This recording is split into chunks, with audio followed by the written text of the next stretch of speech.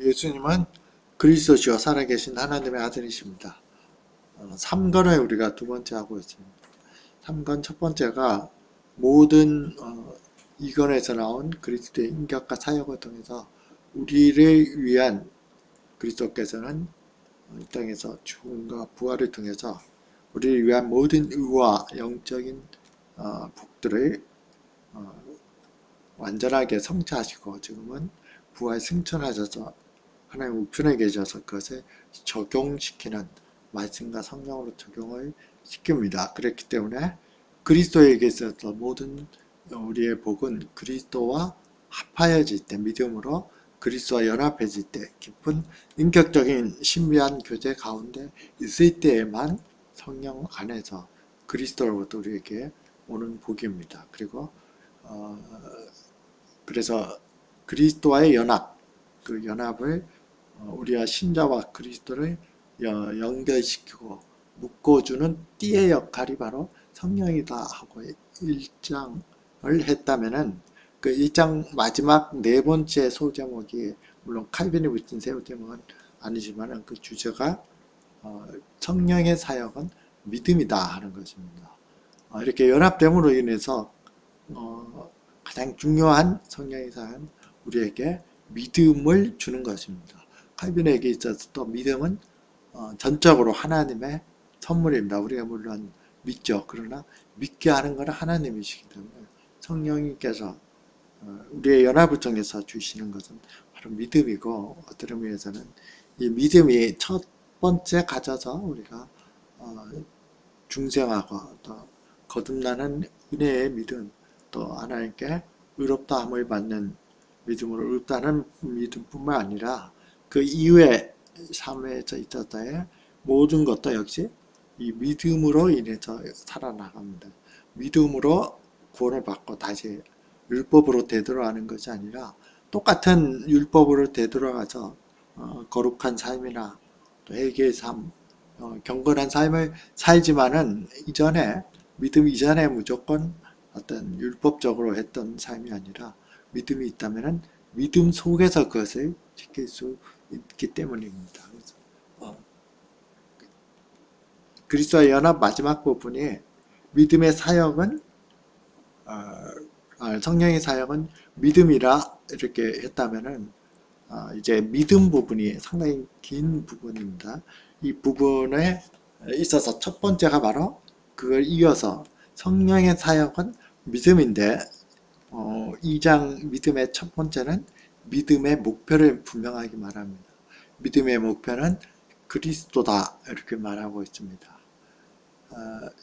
믿음을 말할 때 우리가 성경에 많은 것이 있죠. 뭐 창조에 대한 것도 있고 구약에 대한 수많은 기사로부터 모든 것들이 다 믿음의 대상이지만은 특별하게 우리를 변화시켜 우리를 구원시키고 또 우리를 영적으로 성장시켜 주는 것은 예수 그리스도에 대한 말씀, 그리스도에 대한 증거의 말씀, 바로 이 그리스도에 대한 말씀이 우리에게 새 생명을 줍니다.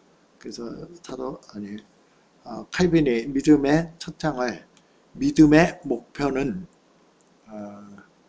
그리스도다 하는 것이 처음 주제이고 이것을 통해서 이제 우리에게 필요한 모든 것들을 믿음에 대한 것들을 쭉 설명을 하고 그렇게 소제목 1, 2, 3, 4에서 7장에 가서 7번에 가서 그때 어떤 믿음을 바로 정의합니다. 그에게 있어서 이렇게 길게 이제 정의하는 것이 믿음인데 우리가 정확하게 알 수 있는 것은 믿음에 대한 정의 상당히 삼위일체적으로 잘 정리를 7번이죠. 그러니까 믿음의 7번에서 정리를 하고 있는데 그것을 먼저 말하고 나서 그 다음에 칼빈이 말하는 믿음에 대한 의미를 그 정의에 준해서 전체적으로 살펴보고자 합니다. 믿음은 하나님에 대한 우리에 대한 하나님의 자비하심, 바로 이 선하심을 굳게 또 확실하게 아는 지식이며 이 지식은 그리스도 안에서 없이 주신 약속의 진실성, 이 약속이 분명히 이루어진다 하는 것이죠. 복음 약속이 그리스도 안에 이루어진 그것에 근거를 두고 성령을 통해서 우리의 지성에 계시되며 우리 마음에 인침받는다 말하고 있습니다. 삼위일체적으로 믿음을 잘 정리했습니다. 우리의 믿음은 우리가 믿음을 가질 수 있고 또 우리가 복음을 믿고 거듭나고 또 하나님의 자녀가 되는 건 전적으로 하나님의 선하심, 하나님의 자비를 근거합니다. 우리가 값없이 하나님의 은혜로 구원을 받은 것처럼 하나님이 우리를 사랑해 주셨기 때문에 세상을 이처럼 사랑하사 독생자를 주셨으냐 하는 것처럼 그리스도의 복음의 성취 이전에 삼위 하나님께서 우리를 구원해 주시려고 창세전에 우리를 택하신 것처럼 우리에 대한 하나님의 자비하심, 선하심에 대한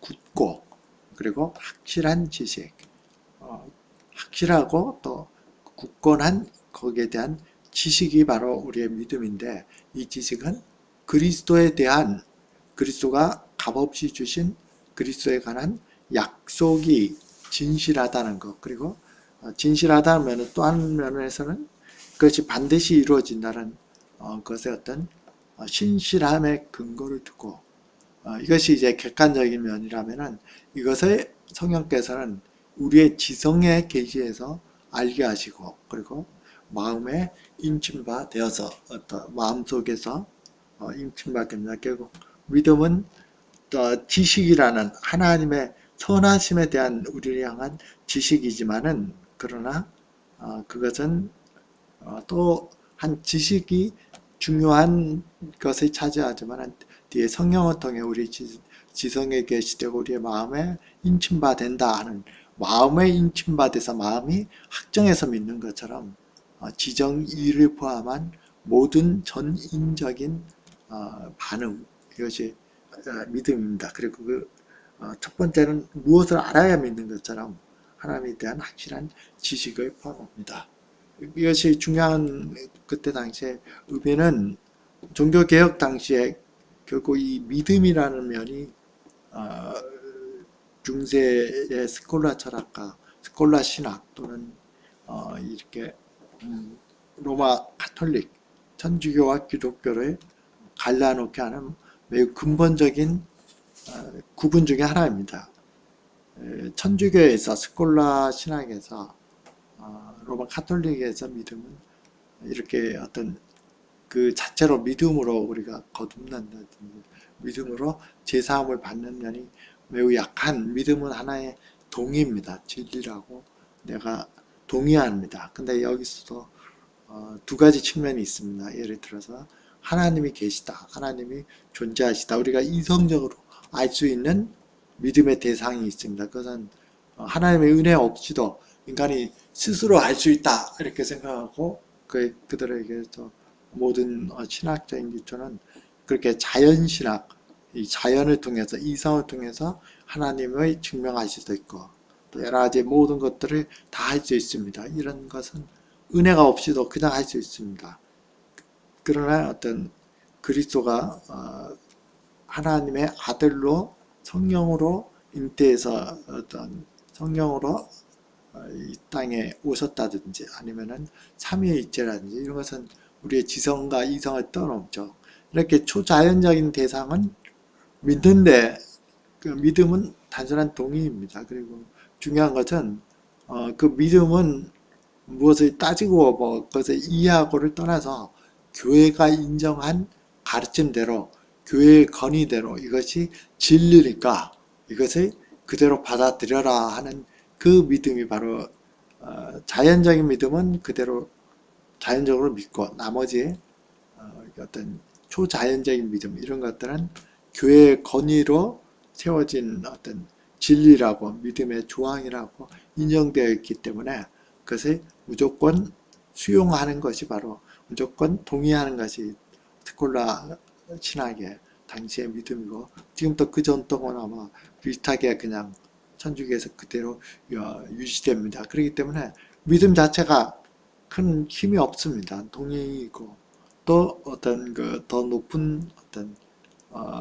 초자연적인 하나님의 계시에 대해서는 그것을 더 깊이 따지고 하는 것을 떠나서 교회에서 해석한 대로 그대로 수용하는 것만 주기 때문에 믿음으로 구원받는 것이 부족하기 때문에 거기에는 당연히 사랑이 더 붙여야 되고 선행이 추가되어야 됩니다. 그래서 여기서부터 어떤 천주교, 로마 카톨릭과 또 개신교의 차이가 여기서 딱 나타납니다.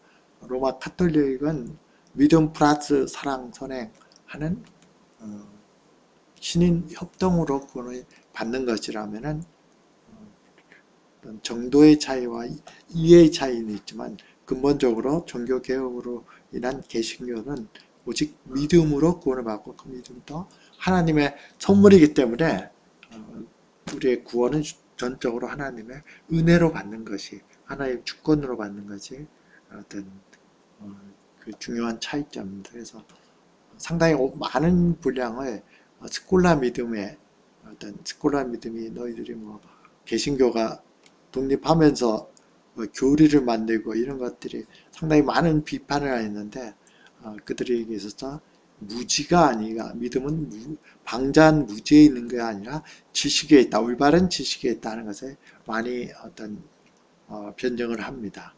그리고 어떤 어거스틴이나 또는 안셀렘의 계통을 따라서 참된 믿음이 있다면은 예를 들어 어떤 그 새 생명의 씨앗이 있다면 그것이 자라기는 마련인 것처럼 믿음이 있다면은 그 믿음은 이해를 추구하기 마련입니다. 이것이 무엇인가 하고 이해를 찾기 마련입니다. 그래서 칼빈이 이것은 믿음에는 이해가 따른다는 성경의 한결 같은 교훈을 지금 믿음에 있어서 어떤 교리나 지식을 무시하고 어떤 교회의 권위로 무조건 믿으라 하는 것에 대해서 이것이 믿음이 이해가 따른다는 성경의 교훈을 어떤 스콜라 신학은 모르고 있다 하고 비평을 하고 있습니다. 그러나 이 믿음 자체가 우리가 현재 있는 상태에서는 칼빈이 네 번째 항으로 적은 것처럼 항상 오류와 불신앙도 같이 어느 정도 쌓여 있다는 것을 우리는 인정을 해야 됩니다. 여기서 완전한 믿음을 가진 사람은 아무도 없기 때문이죠. 그래서 로마서 12장 3절처럼 믿음의 분량대로 우리는 항상 배우는 것이 가장 중요하게 필요할 것입니다. 믿음이 있어서 그렇기 때문에 믿음은 늘 성장하는 믿음이고 자라가는 믿음이 되어야 됩니다. 칼빈도 그것에 있어서 중요하게 여겼습니다. 숨은 믿음의 씨가 죽은 듯이 그들의 마음속에 있던 씨가 그때 어떤 새롭게 어떤 그리스도와 하나님의 성령이 살아있을 때 새로운 힘이 터져나오고 그들은 그리스도를 자신들의 유일한 스스로를 존경하고 마음속으로 모시게 되었다 하는 말을 하고 있습니다. 이것은 근본적으로 그리스도의 제자들이 믿음이 있었지만은 부활하신 그리스도를 보고 또 그들에게 성령의 어떤 부어주심이 있을 때 그들이 믿음을 훨씬 더 깊이 체험하고 또 그것들을 위해서 교회를 세우고 온 세계에 나가서 복음을 전파했던 것처럼 우리의 믿음도 늘 성장해야 됩니다. 처음에는 내가 믿음이 작지만은 그것이 성장함에 따라서 하나님과 성령의 인도함을 받아서 하나님의 사역, 그리스도의 사역에 우리도 동참할 수가 있는 것입니다. 그런 비유를 계속 많이 들고 있습니다. 예를 들어 병을 고쳐주겠다 하는 요한복음 4장 50절에서 그들이 처음에 어떤 믿음을 가졌고 또 그 믿음을 보시고 병을 고쳐줬다고 복음서에는 기록되어 있지만은 집에 가서 병 고친 것을 보고 나서 그들이 다시 믿었다 말했습니다. 앞에 믿음과 뒤에 믿음이 어느 정도 차이가 있죠. 앞에 믿음은 여러 가지 신앙이란 이름을 붙여줬지만 오늘 제가 설교할 때 했던 것처럼 기적을 보고 믿을 수도 있고 또 다른 것을 보고 그리스도를 믿을 수가 있습니다. 그러나 참되게 거듭난 은혜 속에서 가졌을 때는 그리스도께서 어떤 분이시구나 하는 것을 올바르게 믿을 수 있습니다. 그러나 그 앞에 계기가 된 믿음, 그것이 어떤 그 이적이든 아니면 그리스도에 대한 어떤 측면이든 그것도 무시할 수가 없습니다. 그런 것이 없다면은 그리스도께로 누가 갈 수 있겠습니까? 그래서 그리스도를 향하는 어떤 동기부여나 이런 것에 작은 믿음에서 시작한다면은, 그러나 이제는 마치 사마리아 여인의 비유에서 사마리아 사람들이 그 여자의 말을 믿고 예수님을 이제 따랐으나 예수님 말씀을 한 다음에 했던 것처럼, 이제 우리가 믿는 것은 내 말을 임함이 아니니 이는 우리가 친히 듣고 그가 참으로 세상의 구주이신데, 그가 참으로 세상의 구주인 줄 알미라. 그리스도를 직접 만나고 알고 믿게 되는 요한복음 4장 42절로에 나온 것처럼 그것으로 향해서 나가는 사람이 참된 신자입니다. 그래서 중요한 것은 그리스도를 드러내는 그리스도의 말씀에 대한 것이기 때문에, 칼빈은 복음이 우리를 앞서지 않는다면 우리는 그에게로 가는 바른 길을 걸을 수 없다 하고, 그래서 복음을 듣는 것, 또 복음을 더욱 배우는 것, 가르치는 것, 이것을 많이 중요시합니다. 디모데전서 4장 6절에 이 말을 비유를 들어서 복음을 믿음의 가르침, 믿음의 가르침이라고 말한 것이 중요합니다. 내가 성경책을 던져주고 이거 열심히 해서 믿으라 했을 때 그가 그렇게 해도 물론 당연히 구원받은 믿음을 가질 수는 있을 것입니다. 그러나 교회 2000년 역사 속에서 이미 믿음의 가르침에 대해서 많은 경건한 사람들이나 성령의 감동을 통해서 또 전 교회적인 지식 가운데 있었던 많은 풍성한 것들을 혼자서 발견한다는 것은 거의 불가능할 것입니다. 믿음의 가르침을 통해서 구원을 받고 믿음의 가르침을 통해서 우리의 믿음이 성장해 나갑니다. 그리고 그 중심에는 말씀이 있고 말씀을 떠난 믿음은 넘어진다. 그러므로 말씀을 재검하면 믿음은 조금 더 남지 않는다. 여기서 바로 칼빈이 첫 번째 믿음에 대한 정의, 믿음은 우리를 향하신 하나님의 선하심에 대한 확고하고 그리고 분명한 지식이다 하는 것이 여기 있습니다. 근데 우리가 주의할 게 있습니다. 믿음에서 만약에 지식만을 강조했을 때, 칼빈이 16세기인데 17세기를 많은 사람들이 또 17세기 이후에 어떤 교리적인 부분만 주장하고 삶에 대한 어떤 경건, 삶에 대한 실천이 없을 때 모든 사람들이 그것을 죽은 정통, 데드 오소로티라는 죽은 정통이라 불렀습니다. 교리와 교훈, 이것들은 지적으로 많이 발달되는데 삶의 변화도 없고 몸이 건조하고, 그리고 그것이 하나의 또 하나의 율법과 같이 아주 견고한 자기 어떤 울타리, 자존심 이런 것이 됐을 때 죽은 정통으로 흐를 수가 있습니다. 지성만 가지고 있을 때. 대신에 요즘에도 나오는 일부 무슨 생명운동 이런 데서 나오는 것처럼 자기에게 임한 말씀에 대한 체험, 그리스도와의 연합과 그리스도의 교제 속에서 그리스도와 교제하고 하나님과 교제하는 게 믿음의 본질임은 분명합니다. 그러나 그것만을 강조했을 때는 아까 칼빈이 얘기했던 말씀을 떠난 믿음은 넘어지고 말씀을 제거하면 믿음은 조금 더 남지 않는다 이렇게 말합니다. 요즘에 성령 운동을 하는 어떤 많은 단체나 선교 단체에서도 성령의 사역을 말씀과 전혀 상관없이 그냥 기도하고 마음속에 떠오르는 대로 움직이는 것이 성령의 사역을 하고, 그것은 전혀 성경적인 근거를 상실합니다. 예를 들어 성령의 사역을 제한하지만 해서는 안 되지만 그 중심은 성령은 그리스도의 영으로 그리스도를 알게 하고 또 그리스도의 말씀을 증거한다 하는 것에서 어떤 그리스도를 체험하고 말씀을 경험하고 또 말씀의 내적인 어떤 특별하게 자기에게 오는 계시 이런 것만 의존한다면은 그것도 신비주의로 전혀 불건전한, 양쪽이 다 피로하면 돼 양쪽 끝으로 치우치면은 그것은 우리에게 잘못된 신앙으로 움직이기 마련입니다. 두 가지가 항상 같이 가는 것이 중요합니다.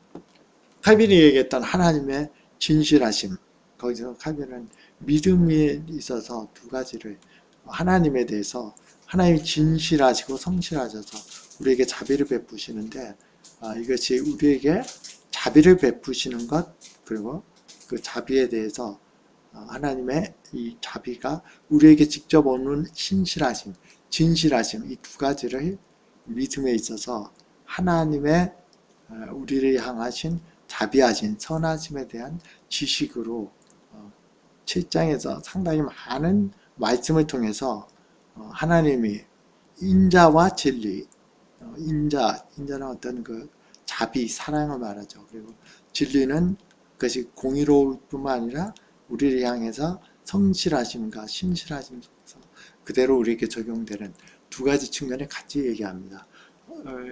예를 들어서 주의 인자하심이 하늘에 있고 주의 성실하심이 공중에 사무쳤으며 시편 36편 5절처럼 여호와의 모든 길은 그 언약과 증거를 지키는 자에게 인자와 진리로다. 시편 25편 10절 여호와에게 우리에게 향하신 여호와의 인자하심이 크고 진실하심이 영화롭다. 시편 110편 2절의 말씀들을 계속 인용하면서 그리고 나서 이제 처음에 제가 믿음에 대한 정의를 했던 칼빈이 정의했던 하나님의 선하심이 자비하심인데 이것은 하나님이 우리를 향하신 인자하심과 자비하심과 그것이 우리에게 신실하게 적용되는 진실하심 이것을 다 포함합니다. 바로 이러한 하나님을 아는 굳게 확실하게 아는 지식이고 이 지식은 이건에서 우리가 충분히 다뤘던 그리스도 안에서 값 없이 주신 약속의 진실성에 근거를 두고 이것이 객관적이라면 이것을 우리에게 적용시킨 것은 성령을 통해서 우리의 지성에 계시되고 우리의 마음에 인침받아서 이것이 확실하게 우리가 믿어지고 전인적인 지정의 전인적으로 믿어지는 것 이것이 바로 그리스도께서 칼빈이 정의한 믿음이고 상당히 중요한 의미를 갖습니다. 믿음에 대해서는 이렇게 마치고 우리는 다음 주에 어쩌면은 기독교 강요 중에 많은 사람들이 골든 파트 가장 핵심적이고 가장 아름답고 그리고 좋은 가장 중요하면서도 아주 귀한 내용으로 꼽은 것이 우리가 흔히 생각할 때 기독교 개신교의 루트가 교회가 서 넘어지고가 결정된다는 믿음으로 의롭다 된다 하면 믿음이 나왔으면 곧바로 칭의가 나와야 됩니다. 그러나 칼빈은 거의 7장에 대해서 믿음으로 의롭다함을 받은 성도들이 삶 우리는 그것을 보통 성화라 그러죠. 해계라 할 수도 있고 어쨌든 이것을 해계로 다루면서 그것을 먼저 다룹니다. 이 의미는 다음 주에 제가 설명을 해드릴 것입니다.